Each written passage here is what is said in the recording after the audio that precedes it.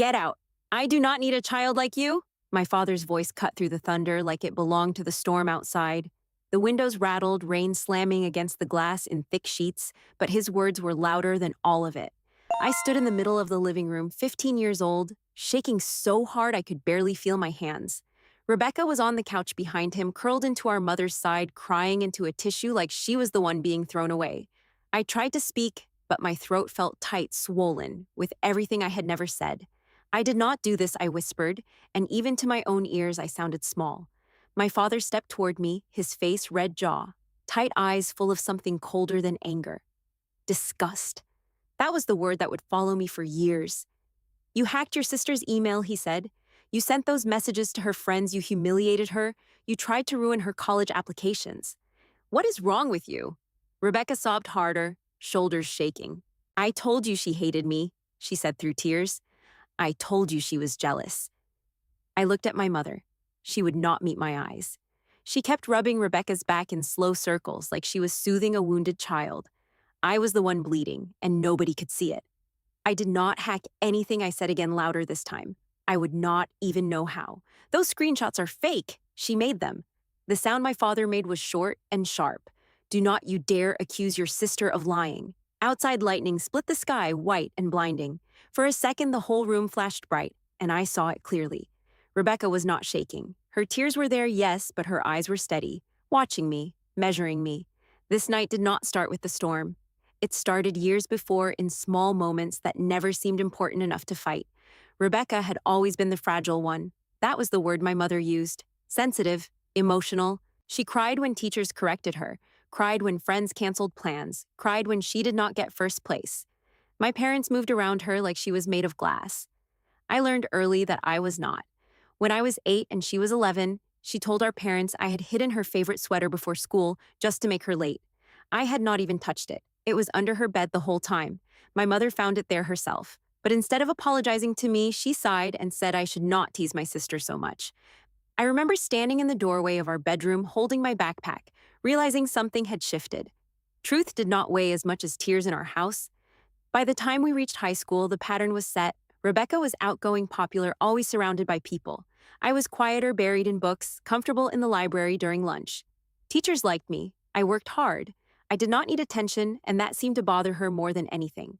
At home, she told my parents I was arrogant. She said I looked down on other students, that I rolled my eyes when people talked, that I made jokes about how dumb everyone else was. I did not. I barely talked at all. But when you repeat something long enough, it starts to sound like fact. Then came the rumors at school. First, it was small. Someone asked me how I managed to get such high scores in chemistry. They said it with a half smile that did not feel friendly. Later, I overheard 2 girls whispering near the lockers. She always sits near the top students.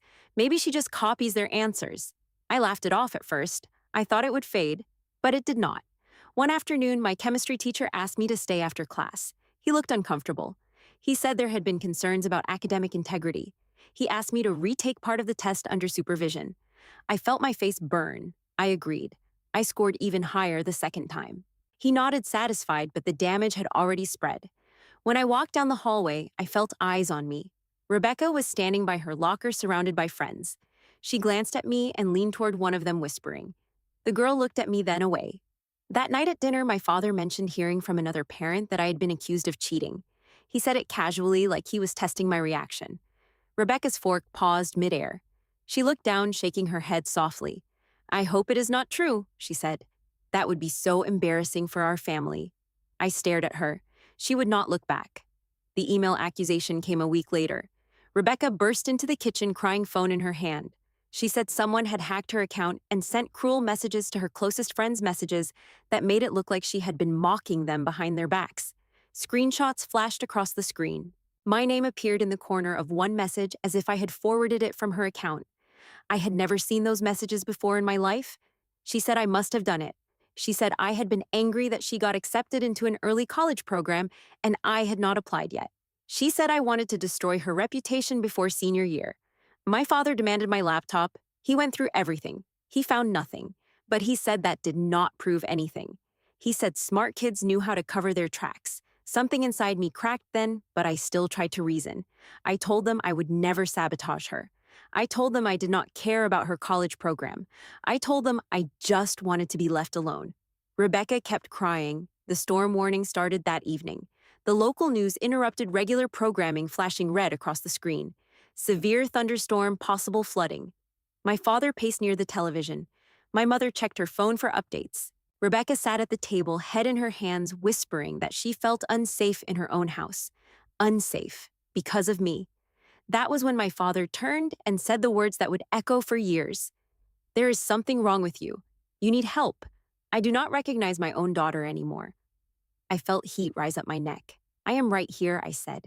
You just never look at me. He pointed toward the front door. If you cannot respect your sister, you cannot stay here. It was raining so hard I could barely see the driveway through the glass. Dad, it is storming, I said. Please, I will go to my room. I will not talk to her. Just let me stay inside. He opened the door himself. Wind rushed in, cold and violent. Get out. My mother did not move. Rebecca looked up through her tears, and for a second the crying stopped. Her eyes were clear, calm. I grabbed my jacket and stepped into the rain. The door slammed behind me. Within seconds, I was soaked through. Water ran down my face, mixing with tears I did not even feel forming. I stood on the porch, half expecting the door to open again for someone to call my name to say this had gone too far. Nothing happened. I walked. The streets were nearly empty. Rain bouncing off pavement, thunder shaking the sky. My phone battery blinked red. I tried calling a friend. No answer. I tried another. Straight to voicemail. It was Friday night. Everyone was home with their families. Headlights appeared suddenly as I crossed an intersection. I thought I had time. I did not. There was a horn, a flash of white light, the screech of brakes, then impact. When I woke, everything smelled like antiseptic. Machines beeped in slow, steady rhythm. My head throbbed heavy and distant. I heard a voice near me, low and familiar. Emily, stay with me. I forced my eyes open. Professor Daniel Harper sat beside my hospital bed, his hand resting lightly on the railing. His hair was damp, his jacket folded over a chair. He looked like he had been there for hours. You were walking in the middle of the road, he said gently. What were you doing out there? I swallowed. My throat hurt. They do not want me. His expression changed, not shock, not confusion, something closer to anger. A nurse moved around the room. Voices echoed in the hallway. Then I heard my father's voice outside the door, sharp and impatient. We are her parents? Where is she? The door opened. My father stepped in. First, my mother behind him, Rebecca just over her shoulder. He looked ready to argue, ready to blame the driver, ready to say this whole thing was another example of my instability. Then he saw who was sitting beside me. Professor Harper stood slowly. He was not just a teacher. He was one of the most respected professors at the university, a man whose name appeared in local newspapers, whose recommendations carried weight. My father knew that. For the first time that night, my father did not speak immediately. His shoulders stiffened, his hands trembled at his sides. Professor Harper met his eyes calmly. Mr. Carter, he said, I think it is time we talk about what has really been happening to your daughter. And for the first time in years, I was not alone in the room. The first time Rebecca lied about me, I was 8 years old, and I did not even realize it was a lie. I remember standing in the doorway of our shared bedroom, watching my mother dig through drawers, looking for Rebecca's missing pink sweater. Rebecca was 11 then, already taller than me, already dramatic in a way that made adults lean toward her instead of away. She sat on the edge of her bed, crying into her hands, saying she knew I had hidden it because I was jealous she was invited to a birthday party I was not. I had not touched her sweater. I had not even known she was looking for it. Mom found it 10 minutes later, crumpled under Rebecca's bed. She held it up, sighed, and said, girls should not fight over silly things. She did not apologize to me. She told me I needed to stop provoking my sister. I stood there confused, my hands hanging at my sides. I had not said a word, had not rolled my eyes, had not even breathed too loudly. But the room already felt tilted in her direction. That was the first shift. It was small enough that no one would call it favoritism, just a misunderstanding. But I felt it in my chest the way you feel a hairline crack in glass before it shatters. Rebecca cried easily. I did not. That difference defined our entire childhood. She was sensitive, my mother said often, fragile. She feels things deeply. My father would nod and add that some children needed more attention than others. No one ever said I did not need attention. They just assumed I needed less. When I was 10, I brought home a certificate from the district science fair, second place out of 30 entries. I walked into the kitchen, heart pounding with excitement, the paper trembling in my hand. Mom was stirring soup. Dad was reading the newspaper at the table. I placed the certificate down carefully in front of them. Dad glanced at it and said that was good, honey. Mom smiled and told me she was proud. Then Rebecca came in from the living room with red eyes. She had tried out for a dance solo and did not get it. She said the instructor did not see her potential. She said the other girls were favored. Mom wrapped her arms around her immediately. Dad folded the newspaper and turned his full attention to her. I stood there for a moment, then picked up my certificate and carried it back to my room. I taped it inside my closet door instead of on the refrigerator. It felt safer there. By middle school, I had learned to make myself smaller. Not physically, emotionally. Rebecca, on the other hand, learned to make herself central. She told my parents stories at dinner about how I ignored her in the hallways at school, how I pretended not to know her in front of my friends. The truth was, I barely had friends, just a small group of kids from advanced classes who talked about homework and books. I did not ignore her. I just did not orbit her. One night, my father asked me why I embarrassed my sister by acting superior. I looked up from my plate, startled. I am not superior, I said quietly. Rebecca shook her head, eyes shining. You roll your eyes when I talk. You make people think I'm dumb? I do not do that. Dad's jaw tightened. Your sister feels hurt. That should matter to you? It did matter. That was the problem. It mattered so much I started studying my own face in the mirror, making sure it looked neutral, kind, unthreatening. I began to speak less at dinner. Fewer words meant fewer chances to be misinterpreted. High school only sharpened the divide. Rebecca was popular by then, the kind of girl who knew everyone's birthday and everyone's business. She floated between groups like she owned the hallways. I took honors classes and spent my free periods in the library. Teachers liked me because I turned things in on time and asked real questions. That apparently became another problem. I overheard it first near the lockers, two girls from Rebecca's circle whispering. She always sits near the smart kids, one of them said. That is how she gets those grades. The other laughed softly. I heard she copies homework and rewrites it so it looks different. I stood there with my books pressed against my chest, heat crawling up my neck. I wanted to turn around and say something, anything, but my feet would not move. Later that week, my chemistry teacher asked me to stay after class. He closed the door gently and folded his hands on his desk. There have been some concerns, he said carefully, about collaboration crossing into copying. My stomach dropped. I do not copy, I said. He nodded, almost apologetic. I believe you, but to be fair, I would like you to retake part of the last test under supervision. I agreed. I scored even higher. He smiled and said that settled it. It did not settle anything.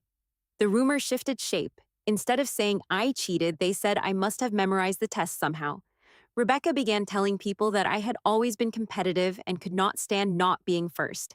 At home, she told our parents she felt overshadowed. She said teachers compared her to me. She said I made comments under my breath about her grades. I did not. But how do you prove something you never said? My father started watching me differently. If I answered a question too quickly at dinner, he would raise an eyebrow as if speed meant arrogance. If I corrected a factual mistake, he would clear his throat and say there were nicer ways to speak. Mom began reminding me that being smart was not everything. That humility mattered more. I tried to be humble. I stopped mentioning grades altogether. When I was invited to join an advanced academic mentorship program, I told them in passing, almost like an afterthought. Rebecca went quiet for 2 days after that. Then she told my parents that I bragged about it in front of her friends, that I made her feel small in her own home. I remember standing in the living room while she cried into Mom's shoulder. I do not hate her. I said, my voice barely audible. I just want to do well. Doing well does not mean making others feel less than, Dad replied. I wanted to scream that I was not making anyone feel anything, that I spent most of my time trying not to be noticed at all. Instead, I went upstairs and closed my door. The social isolation at school deepened slowly like water rising in a basement. At first, it was just a few whispers. Then people stopped choosing me as a lab partner. Group chats I used to be included in fell silent around me. I would walk into the cafeteria and feel conversations dip. Rebecca always looked sympathetic in public.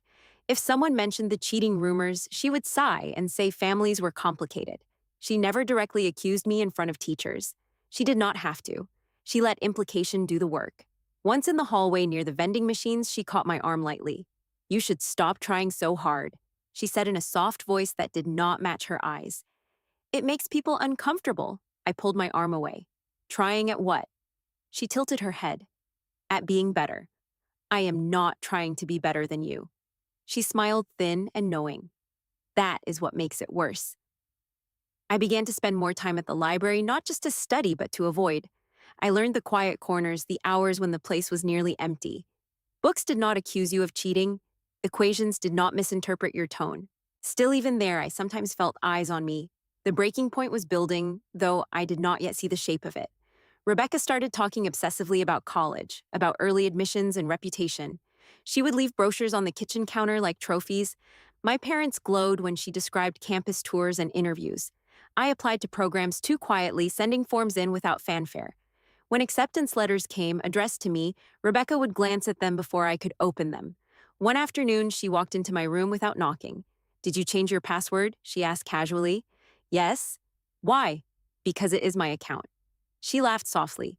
"You act like everyone is out to get you." I did not answer. I had learned that answering only fed the narrative. Looking back, I can see the pattern clearly. The small lies that painted me as cold, the rumors that painted me as dishonest, the tears that painted her as wounded. At 15, I was not loud enough to counter any of it. I did not know yet that she was preparing something bigger than whispers, something that would not just bruise my reputation, but fracture my entire life. And when the storm warnings began flashing across the television screen, that October week, I thought the worst thing coming was the weather. The air at school felt different that Monday, heavier somehow, like everyone knew something I did not. Rebecca was quieter than usual that morning. She did not greet people in the hallway with her usual bright smile. She walked beside me from the parking lot without saying a word, her face, pale lips pressed tight. I almost asked if she was sick, but I stopped myself. Every time I showed concern, it somehow twisted back on me.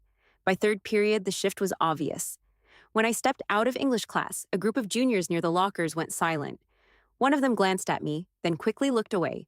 Another pulled out her phone and showed something to the girl beside her. They both stared at me openly this time. My stomach tightened. I saw Rebecca at the end of the hallway surrounded by her friends. She was crying, not the small dramatic tears she used at home. These were loud, shaking sobs that drew attention like a magnet. I froze. Someone brushed past me and whispered, "I cannot believe you did that." "Did what?" No one answered. I walked closer, heart pounding in my ears. Rebecca's best friend Alyssa looked at me like I was a stranger. "How could you?" she said under her breath. "I do not know what you are talking about." Rebecca looked up at that moment, eyes swollen, mascara streaked down her cheeks. She met my gaze, and for a split second there was something almost triumphant in her expression before it dissolved back into devastation. "You hacked my email," she choked out. "You sent those messages to everyone." "What messages?" Alyssa shoved her phone toward me. On the screen were screenshots of emails supposedly sent from Rebecca's account.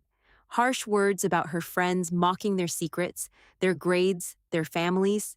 At the bottom of one thread was a forwarded message from my account, as if I had exposed her deliberately. My vision blurred. "I did not send any of this," I said. The hallway buzzed with whispers. Rebecca's shoulders shook. "I trusted you. I told you things. I did not do this."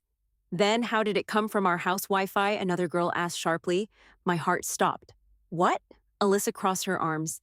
"My dad knows about computers. He said the IP address traces back to your address." I felt heat rush up my neck. I do not even know how to trace an IP address. Rebecca covered her face with her hands. "I cannot believe my own sister would humiliate me like this before college applications." A teacher's voice cut through the noise. "What is going on here?" Within minutes, I was being escorted to the principal's office. Rebecca was already there when I walked in, sitting beside the guidance counselor, tissues scattered across the desk. The principal, Mr. Langford, looked tired and disappointed. "Emily," he said, "please sit down." I sat, my hands trembling in my lap. "We have received serious allegations of cyber harassment and academic sabotage," he continued. "Rebecca has provided screenshots and testimony indicating you accessed her account without permission." I did not. Mr. Langford folded his hands. "The school takes digital misconduct very seriously. We need to understand what happened." Rebecca spoke through sniffles. "I left my laptop open last week. I think she must have used it. She has always been good with passwords." That was not even true. I barely remembered my own passwords half the time. "I did not touch her laptop," I said. "I swear." The counselor leaned forward gently. "Emily, is there any reason someone would think you had motive to hurt your sister?" "No." Rebecca's eyes flicked toward me. "You were upset about my early admission interview." "I was not. You said it was unfair, she whispered. I said you worked hard for it. Mr. Langford raised a hand. Let us focus on facts. We will need to examine devices and possibly involve district IT. My stomach dropped lower. My father arrived 20 minutes later, still in his work shirt tie, slightly crooked. He did not look at me first. He went straight to Rebecca, placing a hand on her shoulder. Are you okay? She nodded weakly. Then he turned to me. What did you do? Nothing. He looked at Mr. Langford. We raised her better than this. I felt something inside me crack. Mr. Langford explained the situation, mentioning the IP address. Again, the screenshots, the seriousness of the accusations. He said I would be placed on temporary academic probation, pending investigation. Probation. The word echoed in my head. At home that evening, the storm warning played across the bottom of the television screen, red letters scrolling beneath the news anchor's calm voice. Severe thunderstorm watch, possible flooding, high winds. My father sat at the dining table with my laptop open in front of him. Give me your phone too, he said. I handed it over without argument. Rebecca stood near the kitchen counter, arms wrapped around herself, looking small and wounded. Dad clicked through my browser history, my sent emails, my message threads. There is nothing here, he muttered. Rebecca's voice trembled. She is smart. She could have deleted it. I am not a criminal, I snapped. Do not raise your voice, my father warned. I am not raising it. You always do this, Rebecca said softly. You twist things and make me look dramatic. I stared at her. Tell them the truth, I said quietly. Tell them you made this up. Her eyes widened as if I had slapped her. Why would I ruin my own reputation? Because you cannot stand not being the center of attention. The room went silent. My father stood abruptly. That is enough. There is something wrong with you lately. Jealousy, anger, this obsession with being right. I am not jealous. Then why would you do this? I did not. He slammed his palm against the table. Stop lying. The thunder outside cracked so loud the windows rattled. Mom stood near the sink, arms crossed tightly. Emily, she said, your sister is terrified. She feels unsafe in her own home. Unsafe. Because of me. Rebecca began to cry again, louder this time. I cannot sleep knowing she might do something else. I felt dizzy. What else would I do? Dad ran a hand over his face. I cannot believe we are here. I thought you were the responsible one. I am. Then why does this keep happening around you? Because she keeps making it happen, I shouted. That was the first time I truly shouted at them. Rebecca recoiled as if I had lunged at her. See? She said, her voice shaking. This is what I mean. She hates me. I do not hate you. Then why do you try to ruin me? I did not. My father's expression hardened into something I had never seen before. Disgust. Maybe even fear. You need help, he said. Professional help. This is not normal behavior. I felt my throat close. There is nothing wrong with me. He pointed toward the hallway. Go to your room. I stood there shaking. I am not a liar. He took a step closer. Go. Now. I turned and walked upstairs, my ears ringing. In my room, I sat on the edge of my bed and stared at the rain streaking down the window. My phone buzzed with messages from classmates. Is it true? Why would you do that? I thought you were better than this. I did not answer any of them. Around 8 that night, I heard Rebecca crying again downstairs. Louder this time, almost hysterical. I walked to the top of the stairs. Dad's voice boomed. Get down here. My legs felt like lead as I descended. Rebecca was curled into Mom's side on the couch. Her eyes were red and swollen. She told us everything, Dad said coldly. Everything what? You threatened her, he said. You told her if she did not drop the early admission program, you would destroy her. That is not true. She has a bruise on her arm, Mom added, her voice trembling. She said you grabbed her yesterday. I stared at Rebecca's sleeve. There was a dark, purple mark near her elbow. I never touched you. She sobbed harder. I did not want to tell them. I was scared. My chest felt like it was collapsing.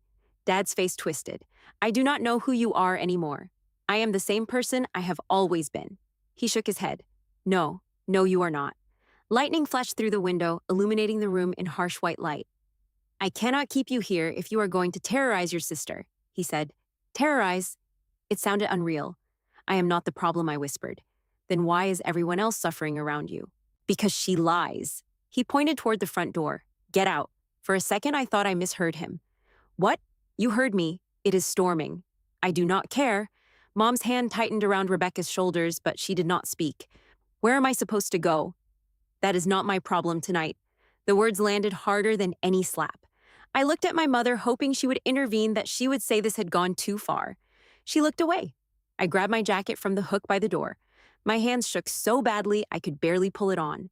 Rebecca watched me through her tears. The door swung open. Wind rushed in, rain hitting the floor in cold splashes. "Get out," my father repeated. I stepped onto the porch. The door closed behind me. I stood there for a moment, rain soaking through my clothes, waiting for the sound of the lock to click, waiting for someone to call my name. Nothing. I walked down the driveway and into the street, rain blurring the world into streaks of gray. My phone battery blinked red at 8%. I tried calling Sarah, no answer. Jessica, straight to voicemail. Thunder cracked overhead. I headed toward the bus station 2 miles away, my shoes filling with water, my hair plastered to my face. Headlights appeared at the intersection ahead, too bright against the rain. I stepped forward. A horn blared, and then everything exploded into light. Sound came back before sight. A steady beeping, slow and mechanical, like a metronome keeping time somewhere above me. My head felt packed with cotton, heavy and distant. I tried to swallow and tasted metal. There was a voice close to my left side, low and controlled. "Stay with me, Emily. You are in the hospital. You are safe. Safe." The word drifted through me like something foreign. I forced my eyes open. The ceiling was bright and white fluorescent lights buzzing faintly. When I turned my head, pain shot down my neck and I gasped. "Easy," the voice said. Professor Harper sat beside my bed, his jacket draped over the back of a chair, his glasses slightly crooked, as if he had taken them off and put them back on too quickly. His hair was damp like he had been out in the storm. "What happened?" I whispered. "You were hit by a car at the intersection near Pine Street," he said. "I was driving home from campus. I saw you step into the road." Memory slammed back in fragments. Rain. Headlights. My father's voice. "They told me to leave." I said the words barely forming. His expression changed, not confusion, but something sharper. "Who told you to leave?" "My parents." He did not speak for a moment. The monitor continued its steady rhythm. "Why were you outside in that weather, Emily?" "Because they said I was sick," I murmured. That something was wrong with me. The silence that followed felt different, heavier. A nurse entered, briefly checked my blood pressure, adjusted something near my arm. I noticed an IV line taped to my skin, the plastic cool and strange. "You have a concussion," she said kindly. "You are lucky." Lucky. I closed my eyes for a second, overwhelmed. Professor Harper leaned closer, his voice steady. "I am not going anywhere. Your parents are on their way." A knot tightened in my chest. "They do not want me." He looked at me carefully. "I want you to listen to me. Whatever happened tonight, we will deal with it in daylight." I almost laughed at that. There was no daylight in my family, only shadows and excuses. Voices echoed in the hallway outside the room an hour later. My head throbbed, but I could still recognize my father's tone, clipped and impatient. "We are her parents." "Where is she?"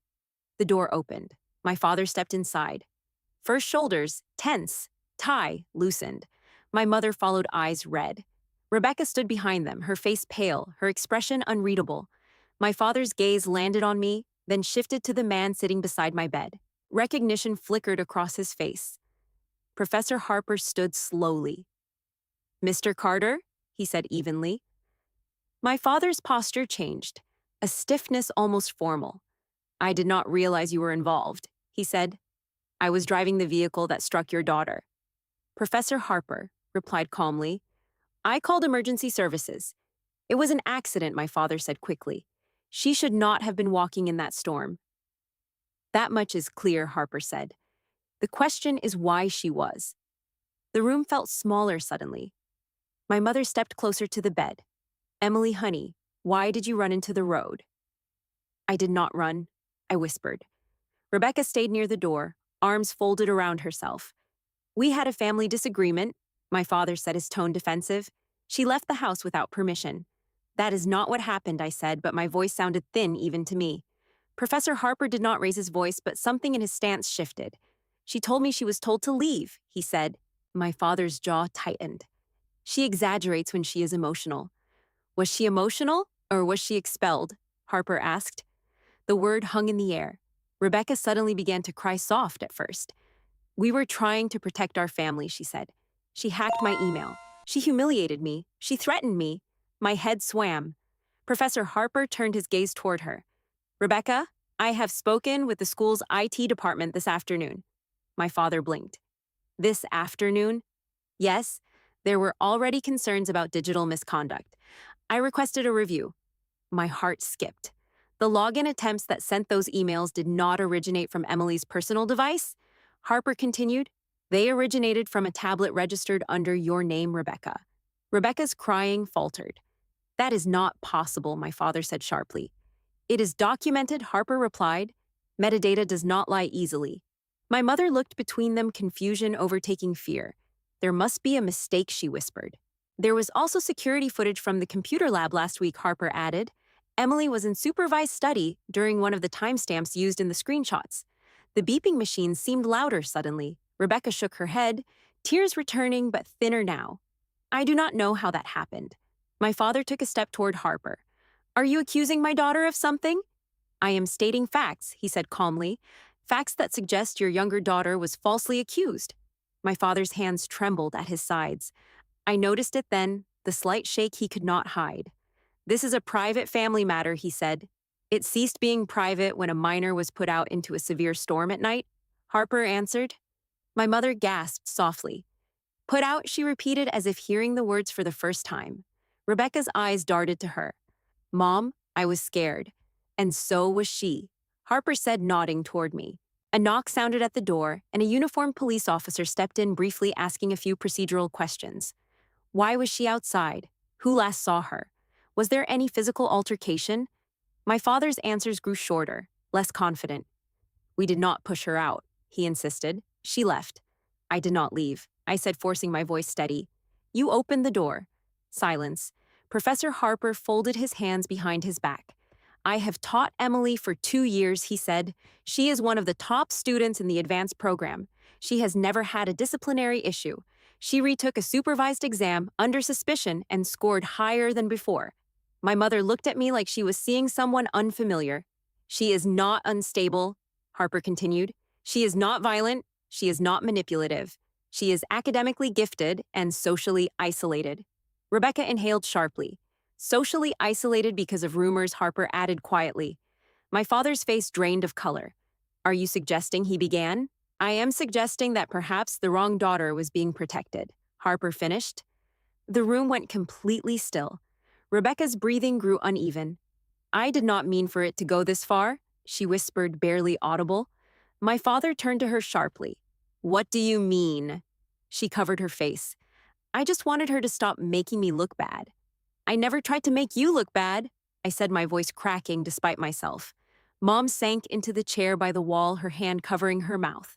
Professor Harper stepped closer to my bed, not touching me, just present. You need to speak with a social worker before discharge, he told my parents calmly. This situation warrants evaluation. My father looked like he had been struck himself. You are overstepping, he said hoarsely. No, Harper replied. I am fulfilling my responsibility. To who? To my student. The words felt like something solid beneath my feet. My father looked at me, then truly looked at me, and for the first time I saw uncertainty in his eyes. Rebecca stood, frozen, tears drying on her cheeks. I am your father, he said quietly, as if reminding himself, and I am her teacher. Harper answered just as quietly. Tonight that matters. The storm outside had weakened to a steady rain. The harsh cracks of thunder were gone. A nurse stepped in again, checking my vitals, asking everyone to lower their voices. My parents were asked to wait in the hallway while paperwork was prepared. When the door closed behind them, the room felt lighter. Professor Harper sat down again. You are not sick, Emily, he said firmly. You are not broken. You have been surviving a dynamic that is not healthy. I swallowed hard. Why did you believe me? I asked. Because evidence matters, he replied, and because I have watched you work. I closed my eyes, exhaustion pulling at me. For years, I had been shouting inside my own head with no one listening. Tonight, someone had said the truth out loud, and everything had shifted. Morning light slipped through the thin hospital blinds in pale stripes, and for a moment, I did not remember where I was. Then the dull ache behind my eyes reminded me. The storm, the road, my father's hand pointing at the door. I turned my head carefully. Professor Harper was still there, seated in the chair beside my bed, reading from a folder. He looked like he had not slept much. "You are awake," he said quietly. I nodded. My throat felt dry. "How long have I been here?" "2 nights." "You drifted in and out yesterday." "2 nights." It felt like years had passed since I stood on our porch in the rain. "There is someone coming to speak with you this morning," he added. "A social worker. Her name is Mrs. Delgado." My stomach tightened. "Am I in trouble?" "No," he said firmly. "You are not in trouble." A nurse came in shortly after, checked my vitals, adjusted the IV. The rain outside had stopped completely. The sky beyond the window looked washed clean. Mrs. Delgado arrived mid-morning. She was in her late 40s, kind eyes, steady posture. She pulled a chair close to my bed and smiled gently. "Emily, I just want to talk," she said. "You are not being accused of anything. I need to understand what happened before the accident." Professor Harper remained in the room but slightly back, giving space. Mrs. Delgado asked simple questions first. Did I feel safe at home? Had I ever been forced out before? Did my parents ever physically hurt me? "No," I said quietly. "They never hit me." But that was not the whole question, was it? "What about emotionally?" she asked. "Do you feel supported?" I stared at my hands. "My sister tells stories about me," I said slowly. "My parents believe her. Stories. That I cheat, that I bully her, that I threaten her." Mrs. Delgado did not interrupt. She let the silence stretch until I filled it. "I try to explain, but they say I am jealous, or cold, or unstable." My voice cracked on the last word. "And the night of the storm," she asked gently. "My father told me to get out," I said. "He opened the door and told me he did not need a sick daughter in his house." The words sounded different, spoken in daylight. Mrs. Delgado wrote something down. "Did you feel you had somewhere safe to go?" "No." Professor Harper shifted slightly in his chair. After Mrs. Delgado left the room to speak with my parents, Harper leaned forward. "You did well," he said. "Telling the truth is not betrayal." It felt like betrayal anyway. An hour later, my parents were allowed back in. They looked different, smaller somehow. My father did not sit this time. He stood near the foot of the bed. "This has gone too far," he said. "Now outsiders are involved in our family." "You involved outsiders when you put her in a storm," Harper replied evenly. My mother wrung her hands together. "Emily," she said, "why did you tell them we threw you out?" "Because you did." "It was discipline," my father snapped. "You were out of control. I was not. You accused your sister. You screamed at us. I was defending myself." My father looked at Mrs. Delgado, who had re-entered quietly. "We are a good family," he insisted. "This is being blown out of proportion." Mrs. Delgado's voice remained calm. "Regardless of intention, a minor was outside alone in severe weather. Until we complete an assessment, Emily will not be discharged home." The words landed hard. "What does that mean?" my mother asked. "It means we are arranging temporary placement." My father's face flushed red. "This is ridiculous." Rebecca stood near the wall, silent, eyes down. I felt something strange. Not panic, not relief, something in between. "Where will I go?" I asked. "Your Aunt Caroline has agreed to take you temporarily," Mrs. Delgado said. "Aunt Caroline? She lived across town. We saw her on holidays, sometimes at birthdays. She was quieter than my parents, always watching more than speaking." I nodded slowly. When they left that afternoon, my parents did not argue further. My father avoided looking at me directly. My mother leaned down as if she might hug me, then stopped halfway. "We will talk about this," she said. I did not answer. Rebecca lingered at the door. "I never thought it would go this far," she whispered. "You made sure it did," I replied. Her jaw tightened. "You ruined everything," she said softly. The nurse asked her to step outside. I was discharged 2 days later. Professor Harper stood beside me as paperwork was signed. My father did not shake his hand. In the hallway, he stopped me briefly. "You embarrassed this family," he said under his breath. I almost laughed at the word embarrassed. I was hit by a car. You could have handled it differently. I looked at him then. "So could you." He did not respond. Aunt Caroline's house smelled like coffee and lemon cleaner. It was quiet in a way our house never was. No television blaring, no raised voices drifting down the hallway. She hugged me gently when we arrived. "You can stay as long as you need," she said. I did not know how long that would be. The first night in her guest room, I lay awake staring at the ceiling. There were no framed photos of Rebecca, lining the hallway, no trophies displayed in glass cabinets. There was just neutral space. My phone buzzed around midnight. Rebecca. I did not open it immediately. When I finally did, the message was short. You did not have to involve everyone. I stared at the screen. I did not reply. The next morning, Professor Harper called. The school completed the IT audit, he said. The login, attempts, and edits came from Rebecca's tablet. It is documented. I closed my eyes. What happens now? There will be disciplinary review. Quietly, they do not want publicity. Does that mean they believe me? Yes. The word felt heavier than I expected. A few classmates began sending messages too, some apologetic, some curious. I kept my responses brief. Aunt Caroline sat across from me at the kitchen table that evening. Your parents called, she said carefully. What did they say? They are worried about appearances? Of course they are. She studied me for a moment. What do you want, Emily? The question startled me. I do not know, I admitted. Do you want to go back? I pictured my bedroom, the closet door, with old certificates taped inside the living room where tears carried more weight than truth. No, I said finally. Not like that. She nodded. Then we figure out the next step. Later that week, I returned to school to collect assignments. The hallway felt different. Whispers still existed, but their direction had shifted. Rebecca stood alone near her locker. Her friends hovered at a distance, unsure. When our eyes met, she looked away first. I did not feel triumph. I felt tired.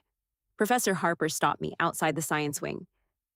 There is a summer mentorship program opening up, he said. I would like you to apply, after everything. Especially after everything. I hesitated. My father had already hinted that college support might disappear if I continued down this path of defiance.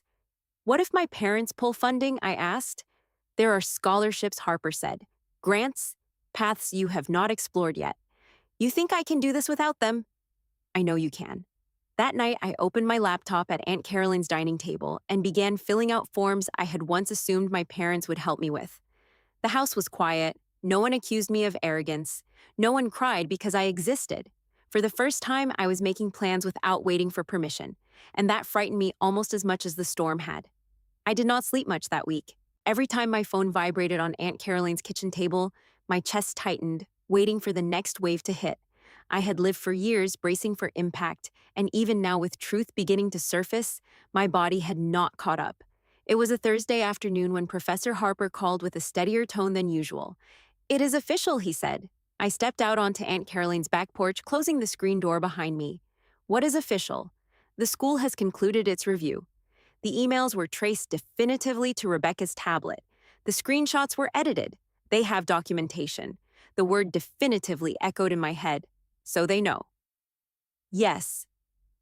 I sat down slowly on the wooden step. Are they going to tell people? They will issue a formal correction to faculty and parents. They are not naming her publicly, but the implication will be clear. I felt something loosen inside me, but it was not relief exactly. It was more like the exhaustion that comes after holding your breath too long. An email went out that evening. Subject line, academic integrity clarification. I read it 3 times. After review, no evidence of misconduct was found regarding Emily Carter. Investigation determined digital manipulation occurred from another registered device. Appropriate internal measures have been taken. That was it. No apology, no drama, just correction. Within minutes, my phone began lighting up. I am sorry. I should not have believed it. I did not know the whole story. Some messages were awkward, some were defensive, a few were kind. One girl admitted that Rebecca had shown them the screenshots weeks before the confrontation, had cried, and said she felt unsafe in her own home. My stomach twisted. Unsafe. That word had been used like a weapon. At school the next day, I walked down the hallway with Aunt Caroline's steady voice in my mind telling me to stand tall. Conversations paused again, but this time for a different reason. Rebecca stood by her locker alone. Alyssa was there too, but not close, not leaning in the way she used to. The distance between them was subtle but visible. Rebecca saw me approaching. Her face tightened not into tears this time, but into something harder. You happy now? She asked quietly as I reached her. I did not stop walking. I did not say anything.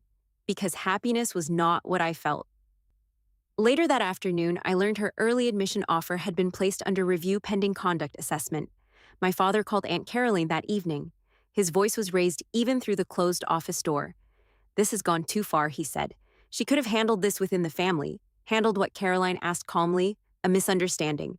It was not a misunderstanding, she replied. There was a long pause. You have no idea what this is doing to Rebecca, he said. And you have no idea what it did to Emily, she answered.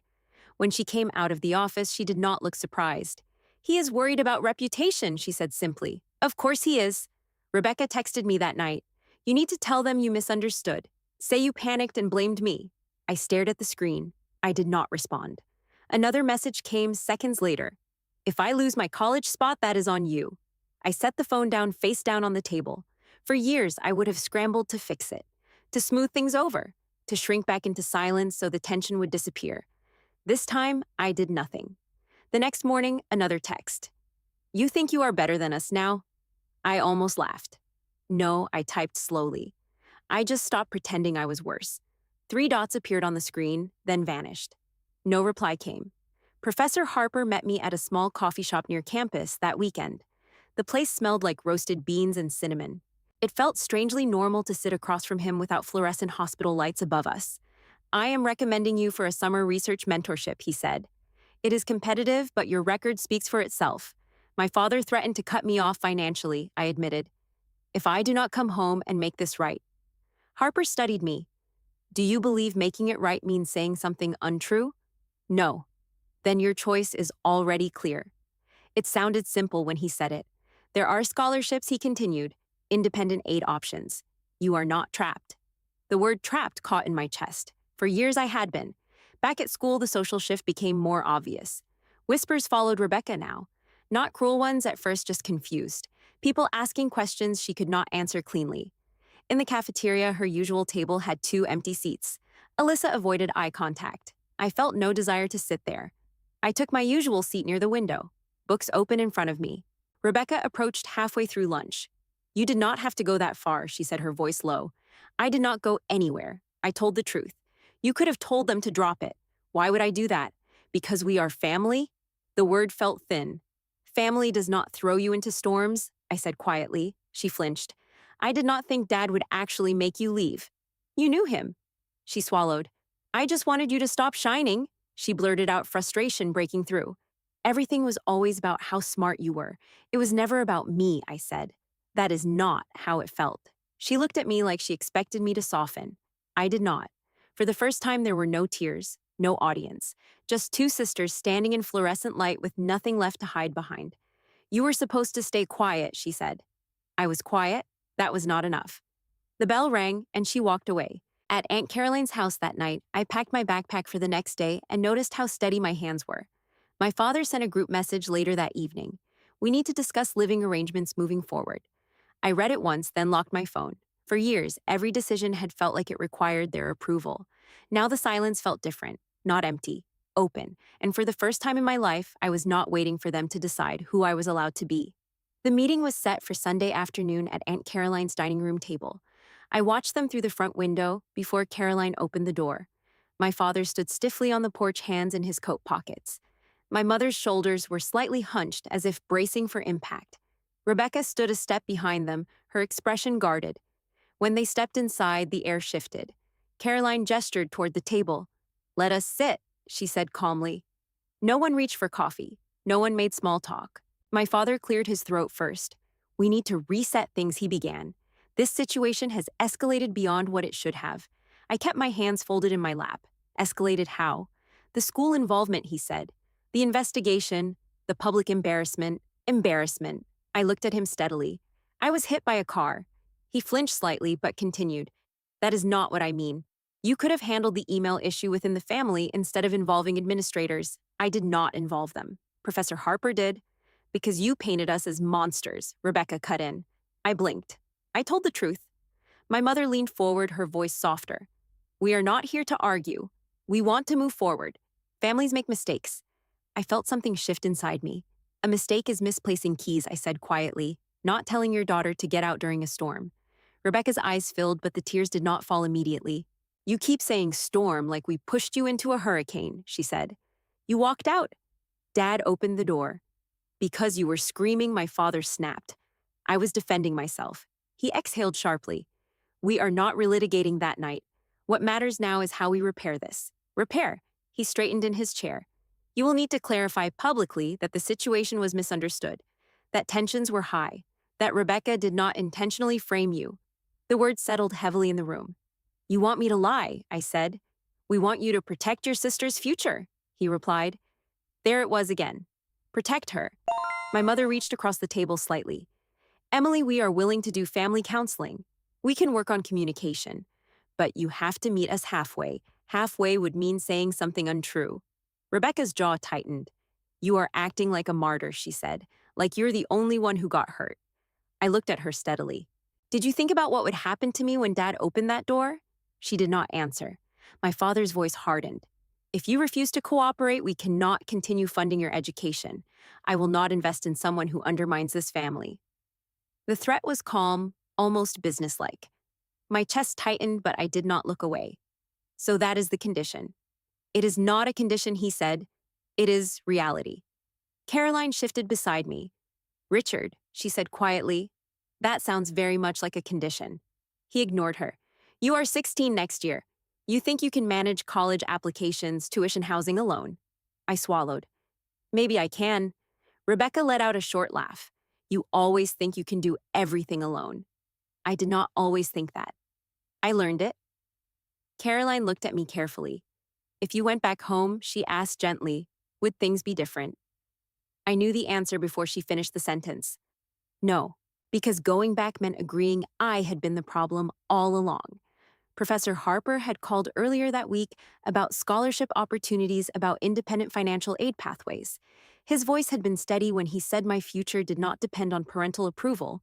My father leaned forward. We are offering you a chance to fix this. To come home, follow some boundaries, rebuild trust. What boundaries? Respect your sister. Stop undermining her. Stop making everything about you. I almost smiled at the irony. I have spent years making everything not about me, I said. Rebecca rolled her eyes. There it is again. That tone. I did not raise my voice. I did not cry. I simply felt tired. If I come back, I said slowly, and I tell people this was all a misunderstanding, what happens the next time something goes wrong? There will not be a next time, my mother said quickly. There was always a next time. My father's patience snapped. If you walk away now, do not expect to come back when things get hard. The sentence hung in the air like a final verdict.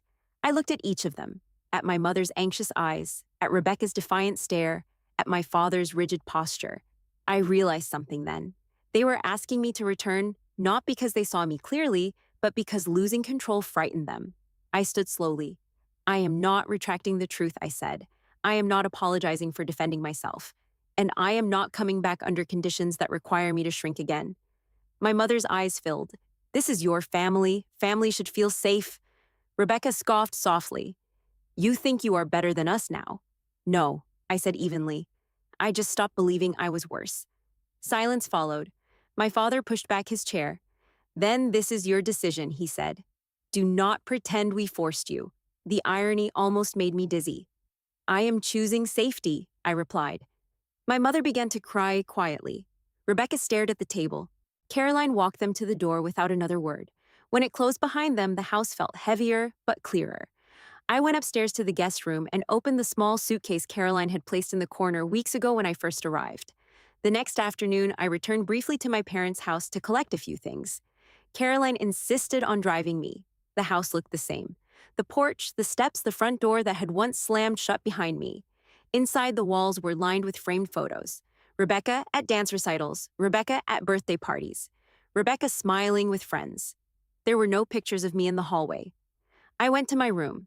The air smelled faintly of laundry detergent and something stale.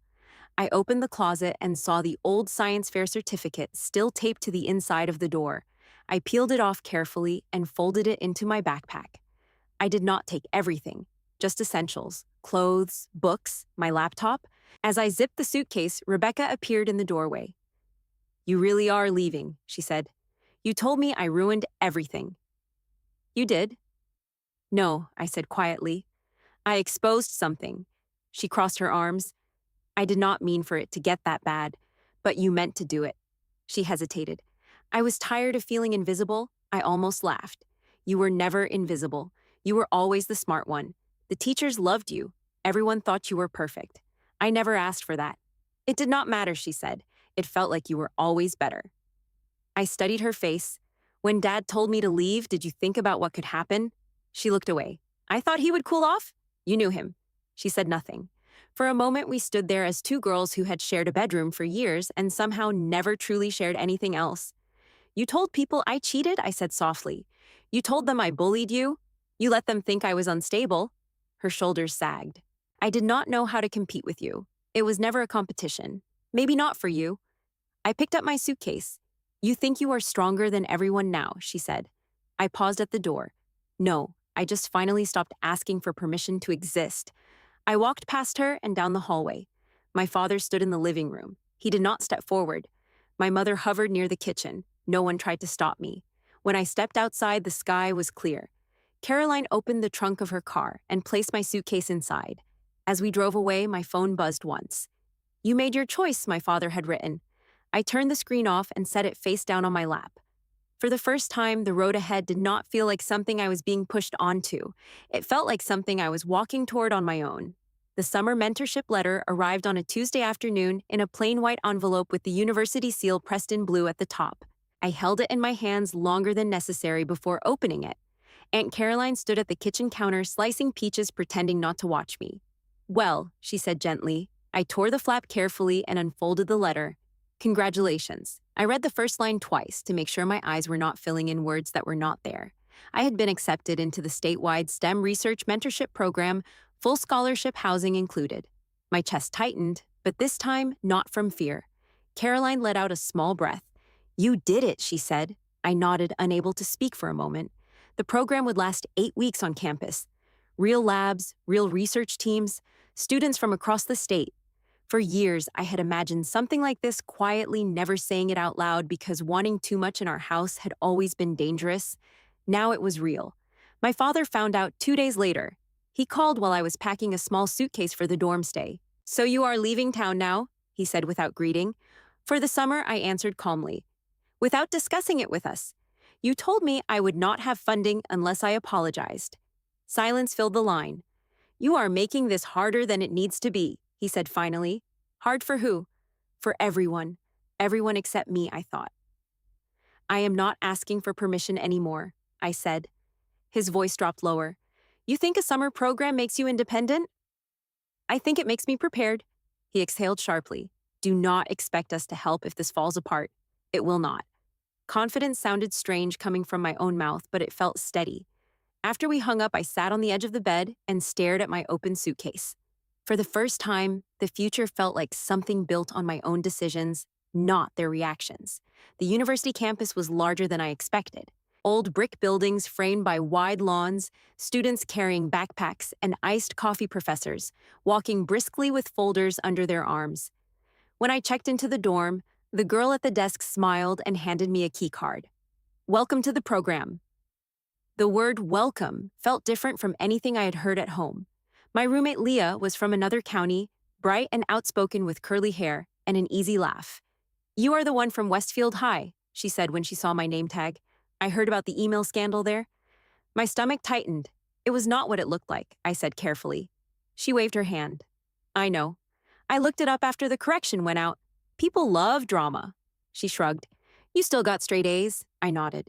That is what matters, she said simply. That first week was exhausting and thrilling. We rotated through labs, assisted graduate students, attended lectures about research ethics and funding proposals. Professor Harper checked in twice by email. Proud of you, he wrote. I had not realized how much that simple phrase would mean until I saw it on my screen. One evening after lab hours, Leah and I sat on the grass outside the dorm building, watching the sunset spill pink across the sky. So what happened with your family? She asked gently. It was not nosy. It was curious. My sister lied about me for years, I said. My parents believed her. Leah frowned. Why? Because it was easier. She shook her head. That is messed up. I almost smiled at the simplicity of her phrasing. It is complicated. Is it? I thought about that. Maybe it was not. Back home, the social shift continued. I learned through mutual acquaintances that Rebecca's college admission had officially been deferred pending final review. She had lost her early acceptance. My mother called Aunt Caroline twice in 1 week, asking if I would consider speaking to the admissions board to clarify that the issue was internal and resolved. Resolved. Caroline relayed the message without commentary. I stared at the kitchen table while she spoke. What would you say if you did call them? She asked after a moment. That the truth should not be softened to protect a lie. She nodded slowly. Then you already know your answer. Rebecca sent me a long message one night while I was in the dorm study lounge. You got everything you wanted. I stared at the screen. What did I want? You wanted them to see me as the bad one. I typed back before I could overthink it. I wanted them to see me as not the bad one. She did not reply immediately. Later, another message appeared. You think they are proud of you now. I set the phone down. Pride had never been the goal. The mentorship program culminated in a small presentation session. Each of us presented our findings to faculty and donors. When my turn came, I stood behind a podium, hands steady, slides prepared. I spoke about water filtration prototypes and data analysis about failure points and improved efficiency. I did not stutter. Afterward, a professor from another university approached me. Have you considered applying to our engineering track? He asked. With your record, you would be competitive for merit aid. Merit aid. The words felt like oxygen. Back in my dorm room that night, I opened my laptop and began researching scholarships and independent grant options. The numbers were intimidating, but they were not impossible. For the first time, the idea of leaving town for college did not feel like rebellion. It felt like direction. When I returned home at the end of summer, Aunt Caroline hugged me tightly at the train station. You look different, she said. How? Like you are standing straighter. Maybe I was. My father requested a meeting within a week of my return. This time, I chose the location. A quiet cafe halfway between our houses, neutral ground. When he walked in, he looked older than he had in June. We sat across from each other in stiff chairs, the smell of coffee filling the space between us. Rebecca's admission is in jeopardy, he said without preamble. I waited. They want evidence of character growth, accountability. That seems reasonable. He stared at me. If you told them you forgive her publicly, it could help. I took a slow breath. I do not owe anyone a performance. He clenched his jaw. This family is falling apart. It fell apart the night you opened the door. His eyes flickered briefly. You always twist things? No, I said quietly. I just stopped pretending they were straight. He leaned back. You are becoming someone I do not recognize. Maybe you never recognized me to begin with. We sat in silence for a moment. I am not asking you to lie, he said more softly. Just to frame it differently. Truth does not need framing. He looked down at his hands. Do you hate us? The question startled me. No, I said honestly. I do not hate you. Then why are you doing this? Because I cannot go back to being smaller, so everyone else feels comfortable. He did not argue. When we left the cafe, he did not hug me. He did not ask me to come home. He simply nodded once and walked toward his car. As I drove back to Caroline's house, I realized something quietly steady. For the first time, I was not negotiating for space in my own life, and I was not willing to give that space up again. Senior year arrived quietly without the dramatic shift I once imagined it would carry. There was no grand announcement, no sudden transformation, just a calendar turning classes, beginning college deadlines approaching. I met with the guidance counselor on the second week of school. You have strong options, she said, flipping through my transcript. Your summer mentorship will stand out. So will your research presentation. I nodded, trying not to let the weight of it show on my face. Have you discussed finances with your parents? Not exactly. She looked at me over her glasses. Then we need backup plans. Backup plans? I had been living on backup plans for months. Professor Harper helped me outline scholarship essays after school.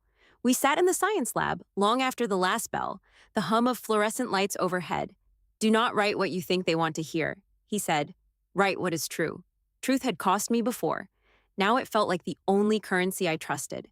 Rebecca and I moved through the same hallways like parallel lines that would never intersect again.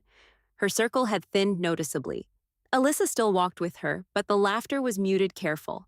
Rumors travel differently once the original lie collapses. They do not vanish. They shift direction. One afternoon, I found a folded piece of paper in my locker. You did not have to ruin her life. No name. I stared at it for a long time before throwing it away. That evening, my mother called for the first time in weeks. Her voice sounded tired. We are trying to hold things together, she said. I did not respond immediately. Rebecca is meeting with a counselor now. She admitted everything. I waited. She said she felt overshadowed. Overshadowed. I looked at the ceiling of my room at Caroline's house. That word again. I never tried to dim her light, I said. I know. It was the first time she had said those words.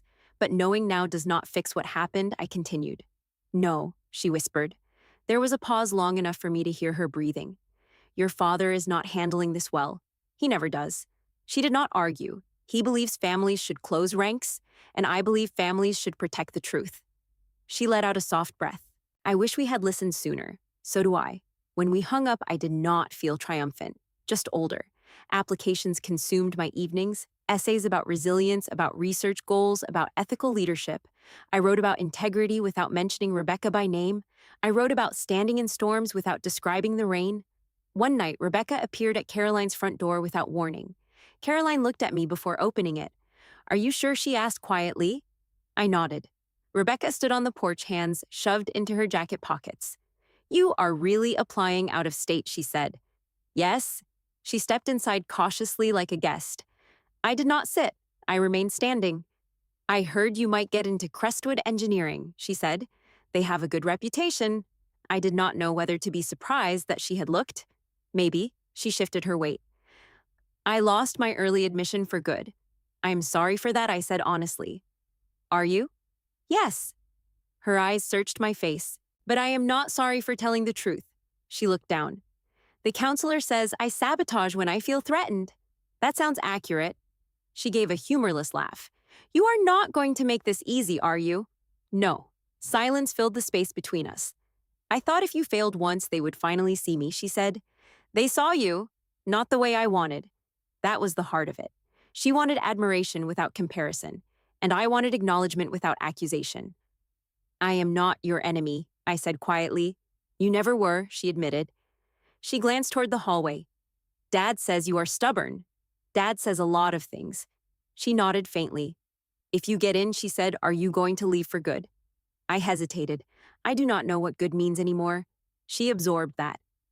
I cannot undo it, she said finally. No. But you can stop doing it? She looked at me for a long moment. I am trying. I believed she was trying. But trying did not erase years of distortion. When she left, the house felt strangely calm. Winter arrived with college decision letters. The first envelope came on a gray afternoon. Accepted. Partial merit scholarship. I held the letter against my chest and closed my eyes. Caroline cried openly. Professor Harper sent a brief email. Well earned. 2 weeks later, Crestwood responded. Full tuition scholarship contingent on maintaining academic standing. I read the letter 3 times before the words settled into reality.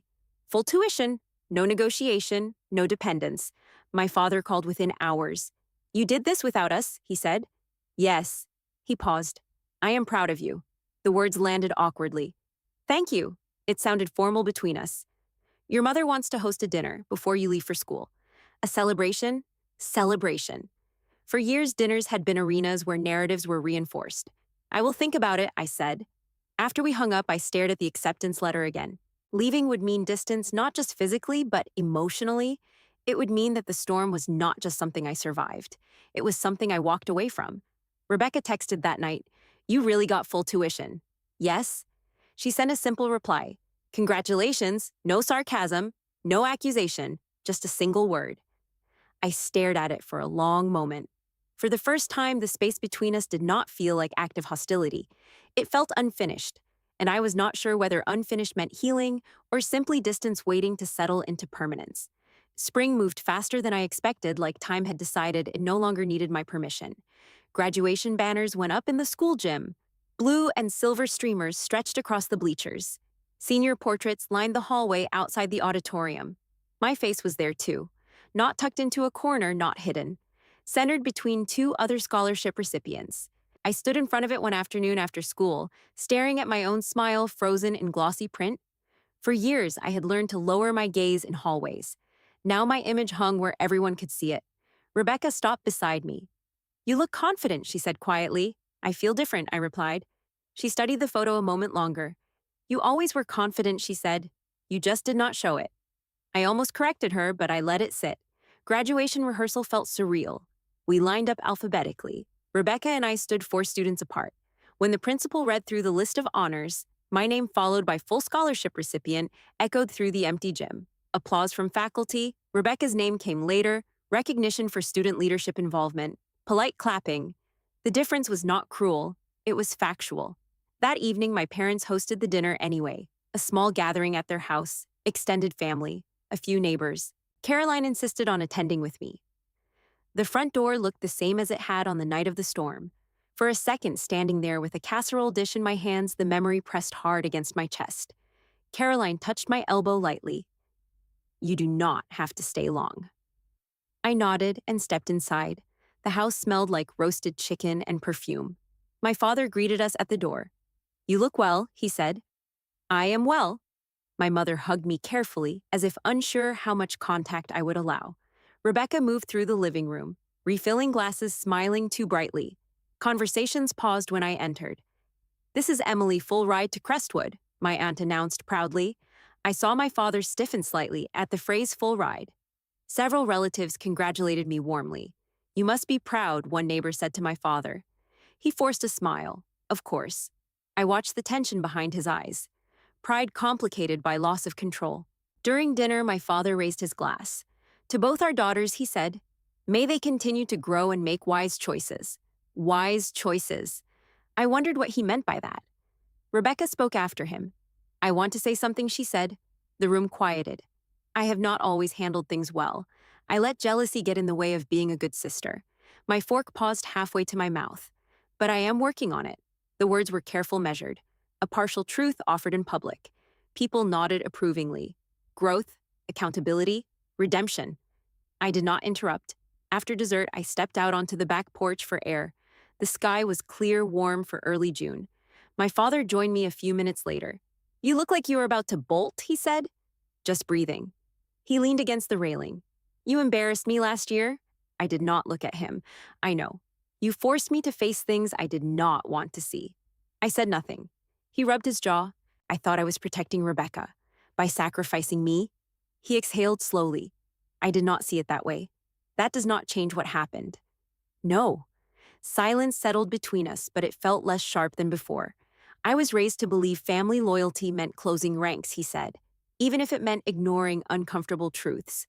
And now I see that protecting one child at the expense of another is not protection." It was the closest he had come to admitting fault without qualifiers. "I am not asking you to forget," he continued. "I know that is not realistic." "Good." He almost smiled at that. "But I would like a chance to show you that I can learn." I studied his face. Age had deepened the lines around his eyes. Regret did not erase them, but it had carved its own mark. "Learning takes time," I said. "I have time. Do you?" The question slipped out before I could stop it. He looked startled. "What do you mean?" "I mean, change is not a speech at dinner. It is years of different choices." He nodded slowly. "Then I suppose we will see what I choose." Inside, laughter rose from the dining room. Rebecca stepped onto the porch next. "Everything okay?" she asked. "We are fine," my father said. She glanced between us. "I am not expecting things to go back to normal," she said quietly, once he returned inside. "They will not." "I know." She rested her hands on the railing. "I was scared you would not come tonight." "I almost did not." She nodded. "I deserve that." She turned toward me. "I start community college in the fall." "I know. I am going to study communications and counseling." That surprised me. "Why counseling?" "Because apparently I am very good at manipulating narratives," she said with a bitter half-laugh. "Maybe I should learn to use that skill ethically." I searched her face for sarcasm. There was none. "Maybe that is a start," I said. "Maybe." Graduation day arrived bright and humid. The auditorium filled with families and camera flashes. Caroline sat on one side. My parents and Rebecca sat together 2 rows behind her. When my name was called, I walked across the stage, steady and upright. The applause sounded genuine, not loud out of obligation, loud out of recognition. I shook the principal's hand and accepted the diploma. For a split second, as I turned toward the audience, I met my father's eyes. He was clapping, not stiffly, fully. I held his gaze for one heartbeat longer than necessary. Then I stepped off the stage. After the ceremony, photos were taken in clusters. Caroline hugged me first. "You did this," she said. "We did this," I replied. My mother approached next, careful but sincere. "I'm proud of you." "Thank you." Rebecca hugged me too. It was awkward, but not forced. "You are going to do well there," she said. "I plan to?" My father stood slightly apart, then stepped forward. "May I?" he asked quietly. I nodded. He wrapped his arms around me briefly but firmly. "Be safe," he said. "I will." As we pulled apart, I felt something unfamiliar. Not reconciliation, not closure. Possibility. And possibility felt fragile, which meant the real test had not happened yet. It was still waiting somewhere ahead. Crestwood felt larger than any space I had ever belonged to. The campus stretched wide with old stone buildings and tall oak trees that lined the walkways like quiet witnesses. Students moved with purpose, backpacks slung over shoulders, conversations layered over the hum of possibility. The first night in my dorm room, I sat on the edge of my bed and listened to unfamiliar sounds through the window. Laughter from down the hall, a distant car horn, doors opening and closing. No one here knew about the storm. No one knew about the night my father pointed at the door. I was not someone's difficult daughter. I was not the problem sibling. I was simply Emily Carter, engineering major, full tuition scholar. Classes moved quickly, calculus at 8 in the morning. Physics lab twice a week. Long afternoons in the engineering building sketching prototypes and running simulations. The work was harder than anything I had done before, and I loved it. Professor Langley, my freshman advisor, called me into his office midway through the first semester. "You are adjusting well," he said, flipping through my midterm grades. "Strong analytical thinking, clear writing. Thank you. Have you considered applying for the undergraduate research assistantship next term?" I hesitated. Freshmen do that. Ambitious freshmen do. Ambitious. The word did not feel dangerous here. "I will apply," I said. Outside the classroom, life was quieter but steady. Rebecca called once in October. I almost did not answer. "How is it there?" she asked. "Busy." She laughed softly. That tracks. She told me about her communications classes, about a counseling elective she had taken, about learning to identify cognitive distortions. I had a lot of those, she admitted. We both did. There was a pause. "I told my class about sibling rivalry last week," she said. "Not names, just themes. And I realized how much I twisted things to make myself the victim. I listened. "It is strange hearing your own behavior described in a textbook," she continued. "Makes it harder to pretend it was justified." I did not rush to comfort her. "Growth is uncomfortable," I said. "Yeah." When we hung up, I felt something subtle shift. Not forgiveness, understanding. Thanksgiving approached. My mother called 2 weeks before the holiday. "We would like you home," she said. I stared at my dorm ceiling while holding the phone. "Do you?" "Yes." "Your father asked me to call personally. That detail mattered. I will come for one day," I said finally. "Only one. We understand." The house looked smaller when I arrived in November, or maybe I had grown. The front door opened before I knocked. My mother hugged me first this time, not hesitating. "You look thinner," she said. "College food," I replied lightly. Rebecca hovered nearby. "I made sweet potatoes," she said. "You did not burn them, I hope." She rolled her eyes in mock offense. The kitchen felt less tense, less staged. Dinner unfolded without accusation. No one referenced the past directly. After dessert, my father cleared his throat. "Emily," he said, "I have something for you." He handed me a small envelope. Inside was a check. "What is this?" "Support," he said simply. "Not because you need it, because I want to contribute." I stared at the paper. "You do not owe me anything," he added quickly. I looked at him carefully. "Is this conditional?" "No." I folded the check and placed it back in the envelope. "Thank you." He nodded once. Later that evening, I stood in my old bedroom. The walls had been repainted.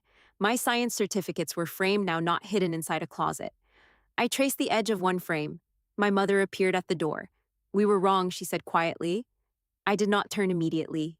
"Yes." She stepped inside. I let fear guide me. Fear of losing Rebecca. Fear of confrontation. Fear of looking like a bad mother. "You were." The honesty hung between us. "I am trying to be different," she continued. "I can see that." She studied my face. "Will you ever trust us again?" "Trust is rebuilt slowly," I said. "I am willing to try." She nodded, tears in her eyes, but not spilling. Trying is all I can offer. That night, I slept in my old room without feeling like a ghost. Back at Crestwood in December, I received an email from Professor Langley. "You have been selected for the research assistantship." I stared at the screen, heart pounding. The position came with a stipend, financial independence layered on top of merit. I walked across campus in the cold evening air, feeling something close to peace. My phone buzzed. "Dad?"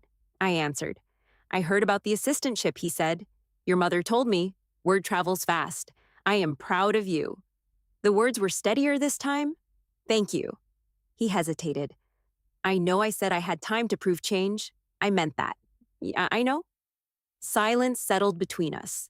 The comfortable kind, not the kind that precedes accusation. When winter break ended and I returned to campus for the spring semester, I carried something new with me. Not approval, not reconciliation. Something steadier, a sense that the storm had not destroyed me. It had forced everyone into the open. And now, with distance and time, we were all standing in the aftermath, trying to decide who we would become next. I just did not know yet whether that aftermath would hold or collapse under the next strain. The real test came the following spring. I was 19, finishing my sophomore year at Crestwood, deep into research and long nights in the lab when my phone rang just after midnight. It was my mother. No one calls at that hour with small talk. I sat up in bed, heart pounding. What happened? It is your father, she said, her voice thin. He collapsed at work. They think it was his heart. For a second, the room tilted. Is he alive? Yes, he is in surgery. I was already pulling on jeans. I will drive down in the morning, I said. You do not have to, she replied quickly, almost defensively. I know I do not have to. The drive home felt longer than usual. The highway stretched gray and endless under a pale sky. Every mile carried memories I thought I had organized neatly into the past. Hospitals smell the same everywhere. Antiseptic, coffee, fear. Rebecca stood in the waiting room when I arrived. Her eyes were red hair pulled back messily. You came, she said. Of course I came. She nodded like she was still getting used to the idea that I would show up without conditions. My mother stood when she saw me and wrapped her arms around me tightly. He is stable, she whispered. They say it was a moderate heart attack. He ignored warning signs. That sounded like him. We waited together in silence, the three of us not perfectly aligned but not fractured either. When the surgeon finally emerged, he spoke calmly about recovery time, medication, lifestyle changes. Your father will need support, he said. Support. The word carried weight. Later that afternoon, when they allowed brief visits, I stepped into his hospital room. He looked smaller in the bed. Monitors beeped steadily beside him. He opened his eyes when I approached. You drove down, he said, his voice rough. Yes, he swallowed. I did not expect you to. I know. He studied my face. I was wrong about you, he said quietly. Not about your grades. About your character. I did not rush to answer. It took almost losing everything to see it, he continued. You almost did lose everything, I said softly. He closed his eyes briefly. I thought strength meant control. It does not. No, it means listening, he said. We held each other's gaze for a long moment. I am proud of the woman you are becoming, he said. Not because of scholarships, because you stood firm without becoming cruel. The words settled deep. I had not realized until then how much I still carried from that night. Not anger, not revenge, just the need to be seen clearly. I see you now, he added. I nodded once. Recovery was slow. I stayed home for a week, sleeping on the old couch, helping my mother manage medications and appointments. Rebecca and I moved around each other in the kitchen without sharp edges. One evening, as we folded laundry together, she spoke quietly. I thought if Dad always chose me, it meant I was winning. I kept folding. Now it feels like I lost something I never understood. You lost trust, I said. She nodded. I am working on earning it back, not just with you. With myself. That mattered more than any apology speech. When I returned to campus, life resumed its pace. Labs, papers, research proposals. But something inside me had shifted. The storm was no longer the defining chapter of my life. It was a turning point. Years later, when I stood on a stage as a guest speaker for an undergraduate honors ceremony, I thought about that night again. About rain hitting pavement, about a hospital room, about my father's hands shaking when he realized the respected professor defending me was not mistaken. That moment had cracked something open, not just in him, in all of us.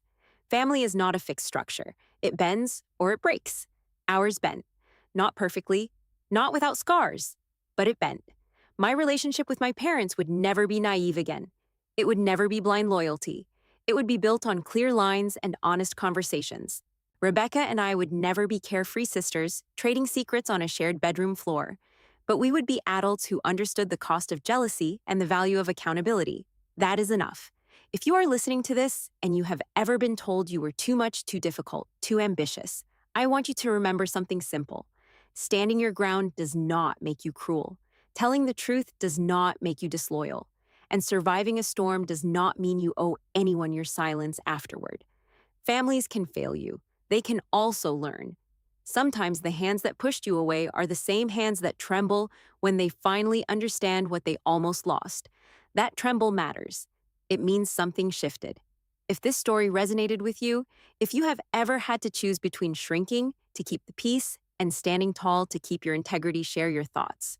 Your experiences matter. And if you believe more people need to hear stories about truth growth and hard accountability, stay connected.